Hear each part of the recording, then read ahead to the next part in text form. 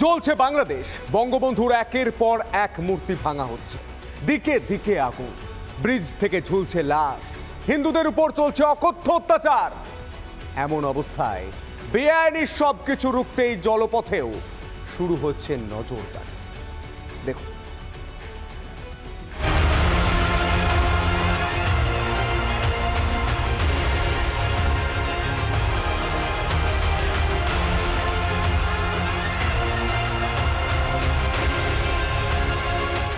কোচবিহার ও বাংলাদেশের যেসব সীমান্তে নদী রয়েছে সেখানেও চলছে বিএসএফ এর নজরদারি। নদী পথে স্পিড বোটে করে 24 ঘন্টা পাহারা দিচ্ছে বিএসএফ। স্পিড বোটের সংখ্যা আরও বাড়ানো হয়েছে বলে সূত্রের খবর। যে জায়গায় দাঁড়িয়ে রয়েছে আমার ঠিক উল্টো দিকে রয়েছে পদ্মা নদী এবং তার ওপাশে যে সমস্ত জমি জায়গা যেগুলি দেখা যাচ্ছে তার সেগুলি কিন্তু সমস্তটাই বাংলাদেশের মধ্যে পড়ছে। যারা এই বিএসএফ এর পক্ষ থেকে আঁটো নিরাপত্তার পরে যে সমস্ত চাষিরা উল্টো দিকে যান, অর্থাৎ ডিঙিতে করে বা নৌকোয় করে যান, তাদেরকে কিন্তু একেবারে যথারীতি এন্ট্রি করিয়ে তাদেরকে কিন্তু এখান থেকে যেতে দেওয়া হচ্ছে। বাংলাদেশে অশান্ত পরিস্থিতির পরে বিএসএফ এর পক্ষ থেকে সেই তৎপরতা কিন্তু অনেকটাই বেড়েছে। নদী পথে বাড়ানো হয়েছে নজরদারি, স্পিড বোটে চড়ে নজরদারি বিএসএফ এর।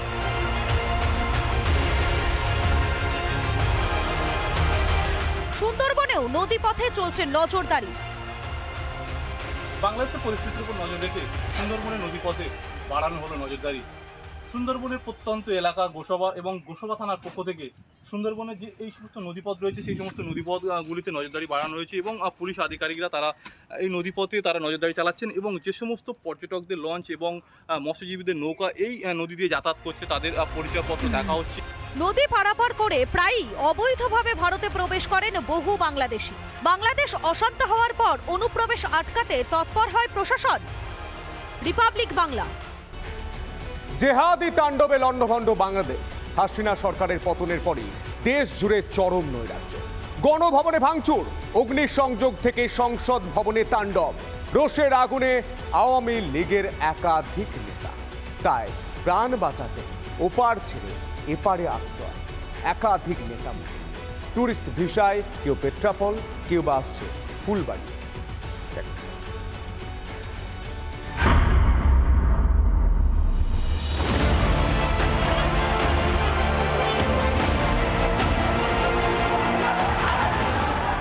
দেশ ছাড়া শেখ হাসিনা, জিহাদিদের দখলে গোটা দেশ। গণ অভ্যুত্থানকারীদের ধ্বংসলীলায় ছারখার বাংলাদেশ। হিন্দুদের টার্গেট করে দিকে দিকে খুন হিংসা। রাষ্ট্রপতির নির্দেশে ইতিমধ্যেই বন্দিদশা কেটেছে প্রাক্তন মুখ্যমন্ত্রী তথা বিএনপি নেত্রী বেগম খালেদা জিয়ার। এই অবস্থায় জিহাদিদের নিশানায় অভিভাবকহীন আওয়ামী লীগ। ইতিমধ্যেই বাংলাদেশে খুন হয়েছেন প্রায় 50 জন। প্রাণ বাঁচাতে শুরু হয়েছে দেশ ছাড়ার হিড়িক। বেছে বেছে খুন করা হচ্ছে পুলিশ আওয়ামী লীগের নেতাদের। প্রাণ ভয়ে ভারতে আশ্রয় আওয়ামী লীগের নেতা দেবদাস মণ্ডলের। উত্তাল বাংলাদেশ থেকে টুরিস্ট ভিসায় পেট্রাপল দিয়ে তিনি প্রবেশ করেন ভারতে। রাজনীতি অবশ্যই করতাম, আওয়ামী লীগের রাজনীতি করতাম, যুবলীগের সাথে ছিলাম। সেই হিসেবে আমাদের উপর আক্রোশটা একটু বেশি। তাতে হিন্দু, তারপরে আবার আমলিগ করি, সব মিলে মানে ওদেশে তো আমাদের এখন মানে বাইরে বেরোলেই বিপদ। এতে শুধুমাত্র ফ্যামিলি, বাচ্চা কাচ্চা, বউ ছেলে মেয়ের আছে। তাও অনেকে যাদের বাড়িঘর জ্বালাই দিয়েছে, ভেঙে দিয়েছে, তারা তো পলাতক। এবারে বাংলাদেশের আওয়ামী লীগের নেতা একজন, তিনি কার্যত বাংলাদেশের যে পরিস্থিতি পালিয়ে আসতে হলো, তিনি তার অভিজ্ঞতার কথা জানালেন। স্বাভাবিকভাবে বাংলাদেশের যে পরিস্থিতি, সেই পরিস্থিতি কবে শান্ত হবে, কবে পরিস্থিতি ঠিক হবে বা পরিস্থিতি আগামী দিনে কোন দিকে মন নেয় সেদিকেও নজর থাকবে আমাদের।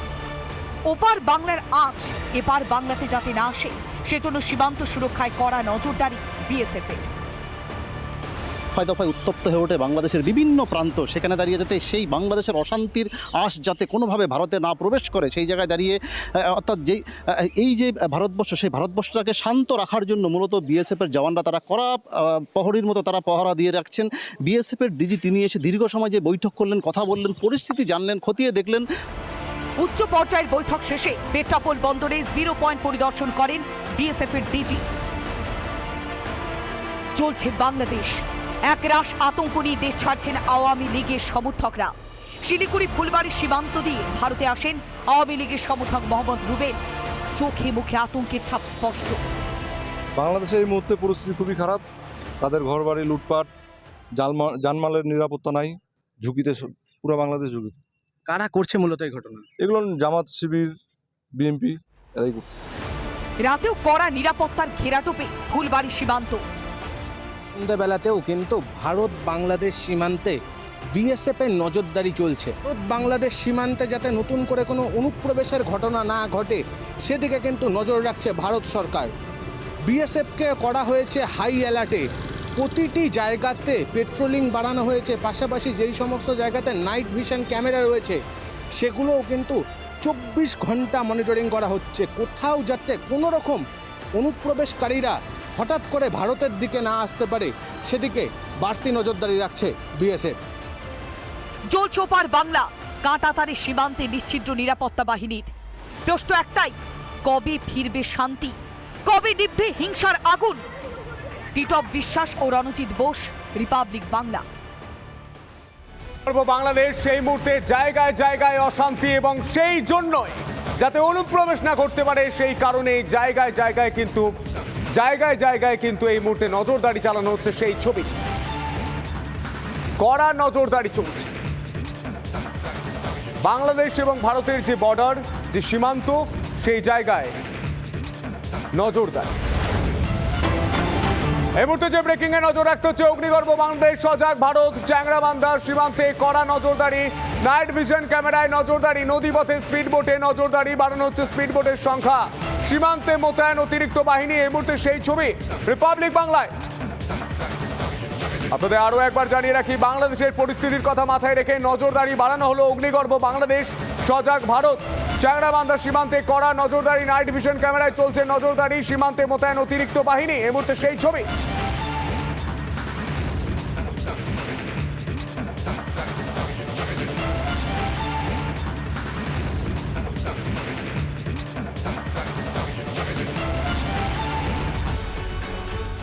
উত্তাল বাংলাদেশে একের পর এক ঘটনা। প্রাণে বাঁচতে কেউ হোটেলের বারান্দা থেকে দিলেন ঝাঁপ, কেউ আবার গামছা পরেই সীমান্ত পেরিয়ে ভারতে। জেহাদিদের পাল্লায় পড়ে কারোর আবার টাকা সোনার গয়না ছিনতাই। ধরা পড়ল উত্তপ্ত বাংলাদেশের হরেক ছবি।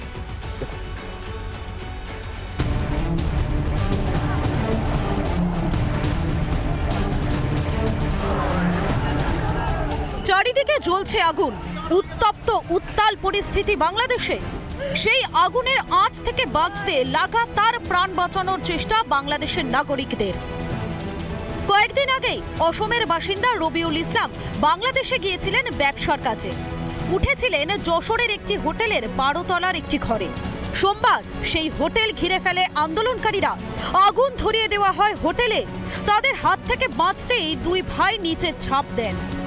কাপড় সব ব্যাগে ভরে দৌড়াদৌড়ি করে লিফটে না যেয়ে আপনার সিঁড়ি দিয়ে 11 তলা থেকে নিচের দিকে চলা স্টার্ট করে দিলাম। গিয়েছিলেন এক ধর্মীয় অনুষ্ঠানে যোগ দিতে, কিন্তু দেশে ফিরলেন এক কাপড়ে। অশান্ত বাংলাদেশে আটকে পড়ে প্রাণ সংশয় হয় কনক দাস এবং তার প্রতিবেশী পার্থ অধিকারী। মঙ্গলবার প্রাণ হাতে নিয়ে হিলি সীমান্তের অভিবাসন দপ্তরে পৌঁছন দুই ভারতীয়। কালকে আক্রান্ত সে বাড়ি উঠার দিয়ে দরজা ভেঙে ঢোকার চেষ্টা, রাত্রে তো কোনোরকমভাবে পালায় বেঁচেছিলাম। আজকে যে আসছি রাস্তার মধ্যে গাড়ি টাড়ি সব পুরানো, রাস্তার মধ্যে এখন আগুন জ্বলছে, ওইরকম অবস্থা। কোনো রকমের যে গামছা পড়বে, হ্যাঁ, পালায় আসার মতো অবস্থা। এবং হিন্দু দেখলে একটা সমস্যা। কতটা আতঙ্কের পরিবেশ তৈরি? প্রচণ্ড আতঙ্কিত, প্রচণ্ড, বলার ভাষা নেই।